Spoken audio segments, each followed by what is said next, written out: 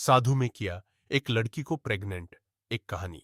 यह कहानी एक छोटे से गांव की है जहां पर कुछ अजीब घटनाएं घटित हो रही थी।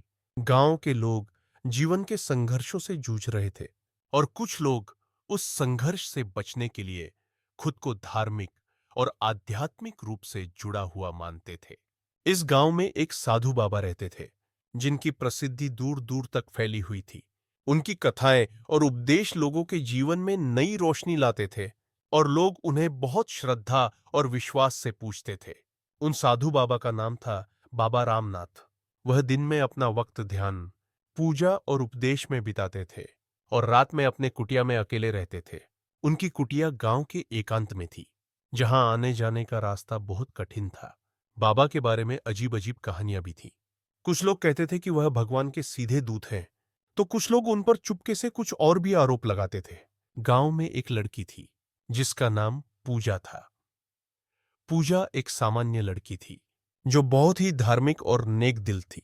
वह साधु बाबा की बातें बहुत ध्यान से सुनती थी और उनके आशीर्वाद के लिए उन्हें हमेशा प्रणाम करती थी। पूजा का मन बहुत साफ था और उसे जीवन के गहरे रहस्यों को जानने की इच्छा थी। वह चाहती थी कि किसी तरह से बाबा से एक गहरी शिक्षा मिले ताकि वह अपनी जिंदगी को और बेहतर बना सके। एक दिन पूजा का मन बहुत उचाट हुआ।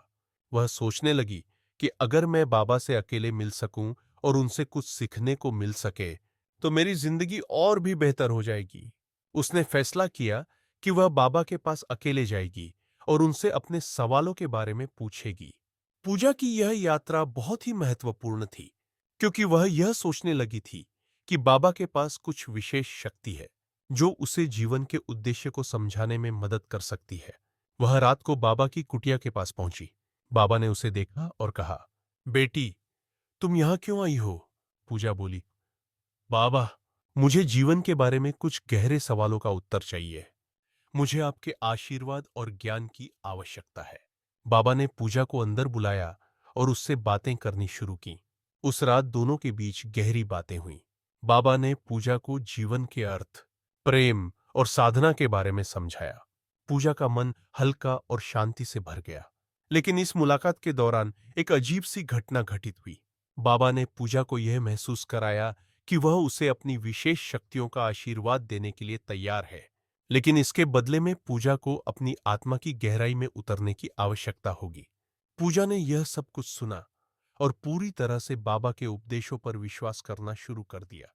बाबा ने पूजा को एक मंत्र दिया और कहा कि उसे कुछ समय तक ध्यान करना होगा जिससे वह आध्यात्मिक रूप से ये जागृत हो सके। पूजा ने मंत्र का पालन करना शुरू कर दिया, लेकिन धीरे धीरे उसकी शारीरिक और मानसिक स्थिति में बदलाव आना शुरू हो गया। कुछ महीनों बाद पूजा को एहसास हुआ कि उसकी तबीयत ठीक नहीं है। वह चौंक गई जब उसे पता चला कि वह गर्भवती है।